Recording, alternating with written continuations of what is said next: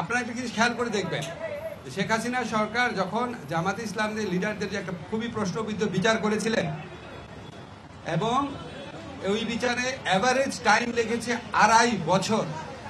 আপনাদের একটা পার্সপেক্টিভে দেখতে হবে, আমরা যেই ভয়াবহ এবং ব্যাপক অপরাধ ঘটেছে এটার উপযুক্ত সাক্ষ্য প্রমাণ সংগ্রহের জন্য আমাদের প্রসিকিউশন এবং তদন্তকারী টিম, আপনারা একটু গিয়ে ওখানে খবর নিয়ে দেখেন ওনারা কী পরিমাণ পরিশ্রম করেন। এবং আমাদের পক্ষ থেকে, সরকারের পক্ষ থেকে যা চাওয়া হয়, যেই দিন চাওয়া হয়, গাড়ি লাগবে, তারপর ডিভাইস লাগবে, তদন্তকারী বেশি লাগবে, প্রসিকিউশন টিম বেশি লাগবে, যা চাওয়া হয় আমরা সর্বোচ্চ প্রায়োরিটি দিয়ে ওনাদেরকে হেল্প করি। এবং আপনাদের মনে রাখতে হবে, আমাদের এই ট্রাইব্যুনালটা কিন্তু সরকার আসার সাথে সাথে গঠিত হয় না, আমাদের বিল্ডিংও ছিল না, নতুন বিচারক নিয়োগ করতে হয়েছে, প্রসিকিউটর নিয়োগ করতে হয়েছে।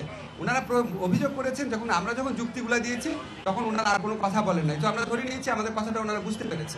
আমার এটা নিয়ে তো রোড ম্যাপটা ঘোষণা করতে কতদিন টাইম লাগতে পারে এটা তো আলোচনা হয়নি, এটা আমাদের প্রধান উপদেষ্টা সিদ্ধান্ত নেবেন। তবে আপনারা একটা জিনিস জানেন যে নির্বাচনের মানে এমনি আপনি যদি শিডিউল বা আগের নির্বাচনের যদি প্যাটার্ন দেখেন, তাহলে আপনার শিডিউল ঘোষণা করার পর মোটামুটি 60 ডেজ দিলেই হয়। সেই হিসাবে যখন আমরা নির্বাচন করব তার অন্তত 2 মাস আগে আমাদেরকে রোড ম্যাপটা ঘোষণা করতে হবে।